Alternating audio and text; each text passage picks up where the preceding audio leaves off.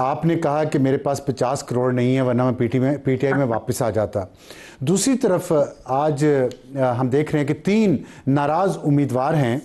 उन्होंने इनकार कर दिया है दस्तबरदारी से। उन्होंने इल्ज़ाम लगाया है जो पीटीआई की पॉलिटिकल कमेटी ने जो फैसला किया है और जो उम्मीदवारों का नाम दिया है, उन्होंने कहा ये तो सारे इस्टेब्लिशमेंट के लोग हैं और हम अपने कायद के हुक्म पर चलेंगे और कायद का हुक्म ये है कि मैं इन लोगों के साथ बैठना नहीं चाहता, ये मुआहदे कर रहे हैं।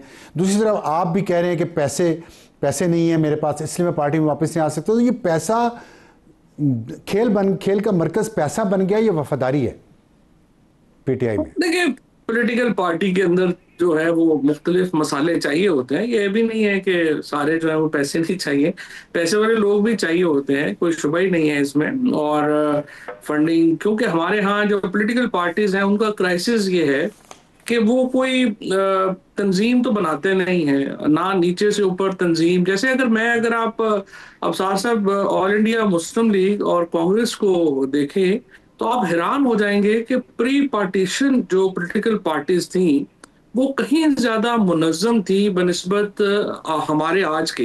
पोस्ट पाकिस्तान यहाँ पे ऑल इंडिया मुस्लिम लीग ने तो बिल्कुल ही खत्म कर दिया। और मुस्लिम लीग के बाद जो है कोई पार्टी ऐसा उस तरह से बनी नहीं कि जिसने अपनी आप को फंडिंग के उसमें लिए शौर नहीं आया हुआ था ना इतना जितना अब है। ये बात भी है। तो अब आसान तरीका पकड़ लिया हमने, इन्होंने कि जी आप 2-4 अमीर लोग हाँ, पकड़े और उन्हीं को जो है वो आप दे दें। इंडिया में तो आप देख ही रहे हैं अडानी साहब का जो स्कैम है वो कितना बड़ा हो गया है कि बीजेपी को जो स्पॉन्सर कर रहे हैं और अंबानी और सारे। पाकिस्तान में भी लगभग ऐसा ही है। अनफॉर्चुनेटली पॉलिटिकल पार्टीज को एस्टैब्लिशमेंट ने बनने दिया नहीं है। जो पार्टी खड़े होने लगती है वो फिर उसको पीछे पड़ जाते हैं। उसके नतीजे में जो पॉलिटिकल पार्टीज है अनफॉर्चुनेटली वो उस तरह से बन नहीं सकी जो बननी चाहिए। और अब भी पाकिस्तान की जमहूरियत का, नहीं ये पाकिस्तान के निज़ाम का ये मसला है। Choice of allow me to be devil's advocate. ठीक है, आपने कहा इस्टेब्लिशमेंट किसी पॉलिटिकल पार्टी को बनने नहीं देती। अगर हम सबको इतना शऊर आ गया है कि इस्टेब्लिशमेंट नहीं बनने दे रही, तो क्या हमारी जिम्मेदारी नहीं है, सियासतदानों की जिम्मेदारी नहीं है कि वो पार्टी बनाएं, खुद इनिशिएटिव लें फिर और ज़्यादा मेहनत करें इस पर, बजाय इसके कि शिकायतें करते रहें? नहीं, वो बात तो आपकी ठीक है। उसके लिए तो जाहिर है कि एक प्रोसेस चाहिए और एस्टैब्लिशमेंट को नाराज भी करने की भी जरूरत नहीं है ना, उनको नाराज होने की जरूरत है। मैं तो आपके प्रोग्राम में, आपको याद है, मैं तो बड़े अच्छे से ये बात कर रहा हूँ कि हमें ग्रैंड पॉलिटिकल डायलॉग चाहिए। Establishment must be part of that dialogue, क्योंकि ये तो हम दिन गुजार रहे हैं कि आज का ठीक दिन है। अच्छा गुजर गया, कल का दिन अच्छा गुजर गया, फिर जनाब उसके बाद फिर क्राइसिस आ जाएगा। मुल्क जो होते अच्छा, हैं, जो अक्लमंद लोग होते हैं, वो इतने शॉर्ट टर्म पे तो नहीं चलते।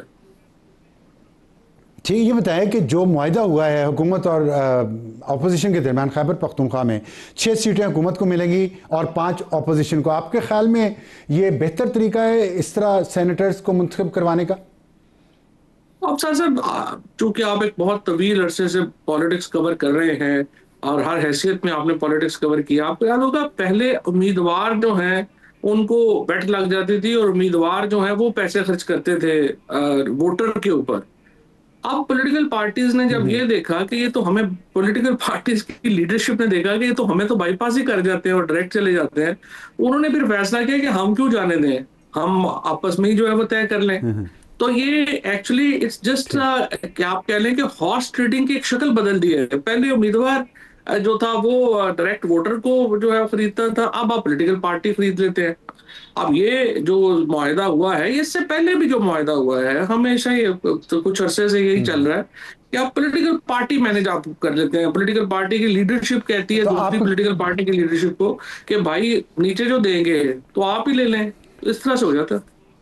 ठीक है, तो इसका मतलब है कि तो हॉर्स ट्रेडिंग ही, लेकिन 20वीं सदी वाली नहीं है, बल्कि ये 21वीं सदी की 21वीं क्रिप्टो सदी हॉर्स ट्रेडिंग है, बिल्कुल डिजिटल सही हॉर्स ट्रेडिंग। है, ठीक डिजिटल है, हॉर्स ट्रेडिंग। डिजिटल। ये बताइएगा कि जो अभी जो कल एलामी आया पीटीआई का, उसमें उन्होंने कहा मुराद सईद को उन्होंने जनरल नशिस्तों के लिए, फैसल जावेद को, मिर्ज़ा खान आफरीदी को, पीर नूरुल हक कादरी, औरतों की नशिस्त के लिए रुबीना नाज और टेक्नोक्रेट पे आजम खान सवाती, जबकि सानिया निश्तर की खाली होने वाली नशिस्त पर मिशाल यूसुफ जई। अब 3 जो हैं दूसरे तीन उनके जो हैं पीटीआई के उम्मीदवार जो कवरिंग कैंडिडेट्स थे, उन्होंने कहा कि हम ये नहीं मानते और हम इसमें से निकल रहे हैं। तो हम इलेक्शन लड़ेंगे। आपके ख्याल में उनके इस ऐलान से क्या ये मुआहिदा कल जो वोटिंग होनी है वो हो जाएगी, या उसमें आप समझते हैं कोई ना कोई फटा होगा? नहीं, अगर उन्होंने वापस ना लिया फिर तो वोटिंग पे जाना पड़ेगा ना, क्योंकि जाहिर है नॉमिनेशन पेपर्स में इस ठीक है। वक्त मेरा ख्याल है ज्यादा फड्डा जो पीटीआई के हवाले से तो मशाल के ऊपर है, जो जाहिर है कि बड़ा एक ज्यादती है कि वो भी आई है और उनको दे दिया और इतने लोग पार्टी में थे उनको नहीं दिया। फिर इस तरह से मिर्जा अफरीदी साहब के ऊपर है, जिनके बारे में मतलब आप सभी कह रहे हैं कि अनफॉर्चुनेटली उन्होंने फंडिंग्स करके जो है वो टिकट लिया है।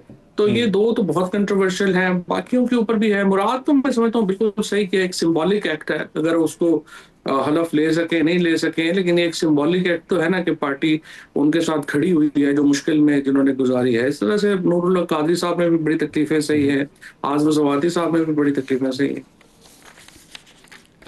ठीक है, तो इसमें ये जो आपने दो का किया जिक्र, एक मिर्ज़ा खान अफरीदी और फैसल जावेद का, तो उसमें क्यों आप समझते हैं कि ये डिजर्व नहीं करते? मिर्ज़ा अफरीदी की तो सॉरी मिशाल, तो मिशाल का तो खान साहब ने खुद कहा है और बुशरा बीबी के कहने पे कहा है, और इसके बावजूद कि पॉलिटिकल कमेटी नहीं चाहती थी उनको नामजद करना, लेकिन खान साहब ने कहा, तो कैसे इनकार हो सकता है? और इसमें ये बात कही गई है एलामिया में कि ये खान साहब के हुक्म के ऐन मुताबिक है। देखिए, बात यह है कि मुझे नहीं पता खान साहब ने कहा है नहीं कहा। जो बुशरा बीबी की बहन है उन्होंने तो बड़ी वाज़ेह ट्वीट की, उन्होंने कहा कि इससे कोई ताल्लुक नहीं है, बट नॉनदलेस मुझे पता नहीं है। लेकिन देखें, अफसार साहब एक शख्स जो है वो जेल में कैद तन्हाई में है, उसके पास जो है वो इतना शदीद उसके ऊपर जो है वो प्रेशर है, चीजें हैं। आपके ख्याल में वो उस वक्त जो है वो टिकटों के फैसले कर रहा होगा, या उसका कोई इंटरेस्ट उनका होगा कि मैं कोई सेनेट की टिकट बांट दूं? उनका कोई इंटरेस्ट नहीं होगा। उनका इस वक्त इंटरेस्ट पाकिस्तान की बड़ी पॉलिटिक्स में है, एक बड़ी गेम में है। ये तो नाम बेचने वाली बात है। अगर कोई भी चला जाए और इमरान खान तो पूछ ले जी कि ये नहीं, तो आपको इतराज़ क्या है इसमें मिशाल यूसुफजई के नाम पे और मिर्ज़ा खान आफरीदी के, कि एक ने तो चले पैसे दे के आपको इस पे इतराज़, अभी आपने लेकिन कहा पैसा भी ज़रूरी होता है पॉलिटिकल पार्टी के लिए, तो मिशाल का क्या ऐसा मसला है कि जिसकी मुझे नहीं, मुझे एतराज़ नहीं है जी। मैं तो खैर केपी की पार्टी है, उनका फैसला है, एतराज़ मैं तो नहीं कर सकता। मैं सिर्फ ये कह रहा हूँ कि जो सोशल मीडिया के ऊपर या जगहों के ऊपर जो पीटीआई के लोगों का ज्यादा एतराज़ है वो इन दो नामों के ऊपर, और उसकी वजूहात जो है वो यही है कि वो लोग समझते हैं कि ये डिजर्व नहीं करते थे। मेरी अपनी ड्राइव में इस वक्त पीटीआई को बहुत इंपॉर्टेंट था कि वो किसी शहीद के घर के ऊपर जो है वो टिकट देते, कि अगर खातून का टिकट, क्योंकि सिंबॉलिक है ना। इस वक्त कौन सा सेनेट में उन्होंने जाके कौन सा तीर मार लेना है? जो पहले हमारे एमएनए या एमपीए जो तीर मार रहे हैं उन्होंने क्या डिफरेंट कर लेना है? असूली तौर के ऊपर तो इस वक्त जो टिकट्स थे वो सिंबॉलिक आपकी उनकी वैल्यू है। सो आपको चाहिए था कि जो कोई शहीद हुए हैं लोग उनके घर पे टिकट देते, जो लोग तवील अरसे से गिरफ्तार हुए हैं जिन्होंने सख्तियां सही हैं उनको टिकट देते, सो दैट पार्टी का अभी तक जो पीटीआई का सबसे बड़ा फेलियर है और इस लीडरशिप का फेलियर है वो ये है कि जो भी लोग तकलीफ में होते हैं, जो जेलों में जाते हैं, जो बेचारे जो है वो शहीद हुए हैं, ये पार्टी एक के साथ भी नहीं खड़ी हुई। अब आप देखिए, बाकियों को तो छोड़ ही दें, शाह महमूद कुरैशी की इस पार्टी में इस वक्त क्या हैसियत है, इजाज चौधरी की क्या हैसियत है, महमूद रशीद, यास्मीन राशिद, उमर चीमा की क्या हैसियत है, जो फ्रंटलाइन लीडर्स हैं। बाकियों को तो आप छोड़ ही दें। इसी तरह से जो लोग शहीद हुए हैं उनके घरों के ऊपर जो है उनके साथ क्या, जो इस वक्त आप देखें 42 एमएनए एमपीएस जो हैं वो अपना वो 9 मई के मुकदमों में जेल जाने वाले हैं, और पीटीआई के कोर ग्रुप में एक साहब लिख रहे हैं कि चले वो तो आप चले जाएंगे जेल, तो आप ये करिए ना कि उनकी जगह लिस्ट बनाए कि किन लोगों को टिकट देते हैं। जो मैं आपको बताना ये चाहता हूँ कि मतलब इस कदर 2 नंबर और घटिया लोगों से कोर कमेटी और इन लोगों में कई लोग जो है उनमें शामिल कर दिए गए कि वो साहब जो हैं वो उन्होंने पिछली दफा कैंपेन में की और एक एक एमएनए से कुछ 4-4 5-5 लाख रुपए लिए गए कि हम आपकी कैंपेन के लिए झंडे भेजेंगे, सीएमएस चलाएंगे, ये करेंगे वो करेंगे। उसके बाद हम ये चाहते हैं कि ये डिस्क्वालीफाई होंगे तो अगलों की कैंपेन के पैसे हमें मिल जाए। अंदाजा लगा लें कि इस कदर अगर आपने सतही लोग, इस कदर थर्ड क्लास लोग जो हैं वो आपने कोर कमेटी में और इधर डालने हैं, तो फिर उनका क्या नतीजा होगा? और ये जो सारे लोग हैं इस वक्त जो लीड करते, जो लीडर हैं उनकी ना कोई हैसियत है, ना उनको कोई पूछता है, ना कुछ। और उन्होंने अपनी दुकानें खोली हुई हैं और हर एक को अभी एक साहब जो हैं वो नजर ही नहीं आ रहे, वो कनाडा अमेरिका गए हैं फंडिंग करके, उसके बाद उनका पता ही नहीं है वो किधर है। तो ये तो एक लूटने का एक इस वक्त जो है ना वो एक ग्रुप बन गया है, जो बेसिकली लूट मार ग्रुप लगा हुआ है।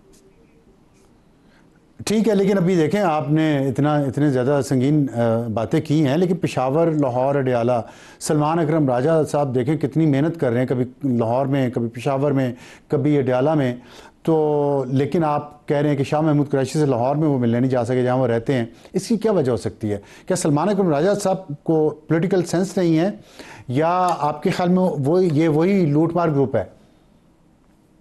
देखिए, बात यह है कि उनकी कैपेसिटी नहीं है। सलमान राजा साहब का मेरे ख्याल के अंदर उनके साथ ज्यादती जो हुई है, उनको एक ऐसा काम दे दिया गया है जिसके वो अहल ही नहीं है।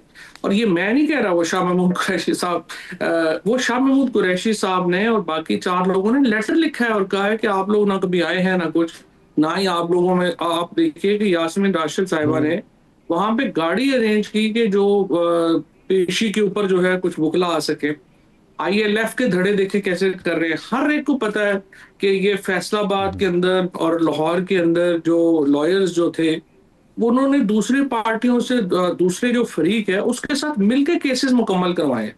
Now can you believe that कि इस तरह के लोग जो हैं वो उनको आपने सारे ओहदे दे दिए, लोग दे दिए जिनकी कोई कीमत ही नहीं है, यानी जो 50-60 हजार में बिक जाते हैं। तो उसकी पे क्या बंदा बात करे। मतलब आपको उनके कम कीमत पे बिकने पे एतराज़ है या बिकने पे एतराज़ है? चले वो कीमत तो अच्छी हो ना, बन कहने जो गधे हो कि चलो अच्छी कीमत दी। अच्छा, ठीक है।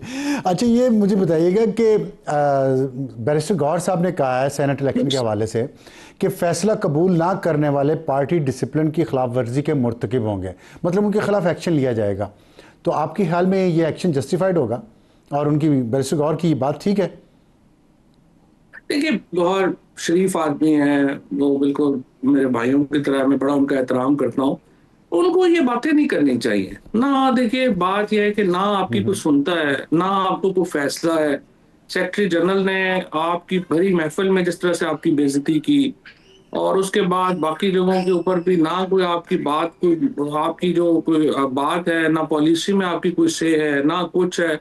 ये 2-4 लोगों का ग्रुप है, आप उनको चलाने दें पार्टी। आप आराम से अपनी इज्जत रखें, आराम से बैठें। मुझे तो समझ ही नहीं आती कि बैरिस्टर गौहर हो गए, इब्न असद कैसर साहब हो गए, ये जो बड़े इज्जतदार लोग हैं, हमारा जुनैद अकबर हो गया, ये जो सारे लोग हैं, इनको क्या पड़ी हुई है? जब उनकी कोई बात ही नहीं सुन रहा तो आराम से बैठे, इन लोगों को अपनी पॉलिटिक्स करने दें। जब खान साहब को अगर खान साहब को अभी तक भी समझ नहीं आ रही कि ये लोग टोटल बेकार हैं और ये पार्टी का बेड़ा गर्क कर रहे हैं, तो फिर ये लोग या कोई और बंदा बाहर का क्या कर सकता है? These people have literally ठीक है। अच्छा, पार्टी को आपने तो उड़ा के रख दिया। पार्टी को आपने कहा नुकसान पहुंचा रहे हैं। आपने जिक्र किया एक शख्स पार्टी का, वो अमेरिका गया हुआ है चंदा इकट्ठा करके, वहाँ दौरा करके, कनाडा दौरा करके, और फिर ये लंदन। ये जुल्फी बुखारी का आप जिक्र करें क्योंकि वही रिसेंटली गए हैं अमेरिका में और कांग्रेसमैन को ब्रीफिंग भी दी जुल्फी है तो होता ही वहाँ यूट्यूबर्स के साथ भी। नहीं, जुल्फी को पैसों की जरूरत नहीं है, सच्ची बात है। ना ही वो इतना वो है कि वो फंडिंग करता फिरेगा। मैं यहाँ के जो साहिबान हैं, ये तो रोज बाहर ही होते हैं। कभी आप कनाडा बैठे हुए हैं, कभी किधर बैठे हुए हैं, वो आप देख लें जो जो लोग बाहर गए हुए हैं। और जुल्फी बुखारी ने तो खैर बड़ी अच्छा। कंट्रीब्यूशन है, जो भी है उस वो अपना जो भी कर रहा है, वो पैसे लेने वाला, टकामारी करने वाला आदमी तो नहीं है ना। He is rich man himself. वही जो आपने बात की है कि करनी है तो बंदा फिर ज़रा अच्छे लेवल पे करे, टकामारी ना करे। सही। तो ये बताइएगा, अच्छा ये बताएं कि जो इरफान सलीम एक उम्मीदवार हैं सेनेट के, पार्टी के आपके वो वर्कर भी हैं, उन्होंने कहा है कि इस्टेब्लिशमेंट के उम्मीदवारों को पीटीआई के प्लेटफॉर्म से सेनेट में पहुंचाने के खिलाफ डट कर खड़े हैं। तो ये जो लिस्ट उन्होंने दी है पॉलिटिकल कमेटी ने, तो ये लिस्ट के सारे लोगों को उन्होंने मशकूक कर दिया, उन्होंने नाम नहीं ख़ास तौर पे किसी का लिया। इसकी क्या वजह? आपके ख्याल में सारे मशकूक हैं या कुछ लोग इसमें मशकूक हैं? देखिए, बात यह है कि बेसिकली तो उनका एतराज अपना आफरीदी के ऊपर ही है ना। बाकियों पे तो जाहिर है क्या उनका जो है वो एतराज, वो समझते हैं उनको नहीं टिकट देना चाहिए, उनको देना चाहिए। तो बेसिकली तो वो उन्हीं को कह रहे हैं। लेकिन बाकी देखे एस्टेब्लिशमेंट वगैरह से रिवाज हो गया, किसी को पीटीआई तो शुक्र करे अगर कोई 4 बंदे इस वक्त अगर मैं इस वक्त एडवाइस कर रहा हूं तो आपको बंदे चाहिए जो एस्टेब्लिशमेंट तक आपकी बात पहुंचा सकें। इस वक्त तो प्रॉब्लम पीटीआई ठीक का कह रहे ये हैं, है, ठीक और है। इन द हाइंड साइड मैं देखता हूँ सबसे बड़ा जाति हमने ये की कि देखिए हमने पार्टी के दबाव में अपने एस्टेब्लिशमेंट से हमने ताल्लुकात ही खत्म कर लिए। अब हमारी उधर सुनने वाले ही कोई नहीं है, ना ही हम अपनी को मुद्दा वहां पहुंचा सकते हैं। हम्म। सिर्फ हमारे मुखालिफ बातें होती हैं, हमारी बात तो वहां पे जाती ही नहीं है। तो कोई चार बंदे हों जो कि हमारी बात भी कर सके, तो हमारी, देखिए मैं तो मिलिटेंट तो नहीं हूं ना, मुझे तो स्पेस मिलेगी तो मैं पॉलिटिक्स कर बिल्कुल। सकूंगा, अब नहीं मिलेगी तो नहीं कर सकूंगा। सो मुझे तो ठीक है। लोग चाहिए जो कोई अच्छा, फिक्र आखिरी करे कि आखिर है तो। आखिर में ये बता दें, आपने कहा मैं मिलिटेंट नहीं हूं, लेकिन हम देख रहे हैं कि पीटीआई एक मिलिटेंसी के रास्ते पे चल रही है। तो पांच जो आपने बातें भी की हैं, जितनी भी की हैं, इस माहौल में इतने इख्तलाफात के बाद जब एतमाद ही नहीं है पार्टी का अपनी लीडरशिप पे, तो आप समझते 5 अगस्त को जो पीक इन्होंने लेके जाना पीक पे, वो पीक आ जाएगी इस माहौल में? देखिए लीडरशिप तो है ही नहीं ना, लीडर तो एक ही है, इमरान खान है और नीचे लोग हैं। ठीक। काडर तो देखिए आपने ठुड्डे मुक्के मार के निकाल दिया, काडर तो है नहीं। अब देखिए अगर तो कासम और सलमान जिस तरह उन्होंने कहा था, अगर तो वो पाकिस्तान आने का अनाउंस करते हैं, ऐलान करते हैं, फिर तो एक बड़ा स्पैनर है पाकिस्तान की पॉलिटिक्स में। लेकिन अगर आप ये कहें कि ठीक। यहाँ पे बैठे हुए लोग जो हैं वो कुछ कर लेंगे, देखिए इन तिलों में तो तेल नहीं है। हाँ, अगर वो पाकिस्तान आ पाए, ठीक। उन्हें वीजा मिलता है नहीं मिलता हमें नहीं पता, वो आते हैं, वो फिर एक डिफरेंट बॉल गेम है।